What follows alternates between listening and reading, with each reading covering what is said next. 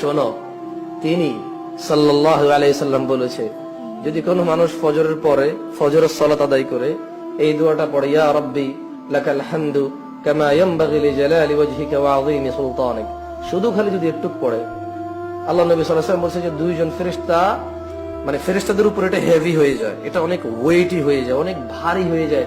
ফেরেশতারা বুঝে ওঠে না যে কি নেকি লিখবে এই দোয়ার। একজন গিয়ে আল্লাহর কাছে বলে, ইয়া আল্লাহ, আপনার অমুক বান্দা এই দোয়া পড়েছে, কি নেকি লিখবো বুঝতেছি না।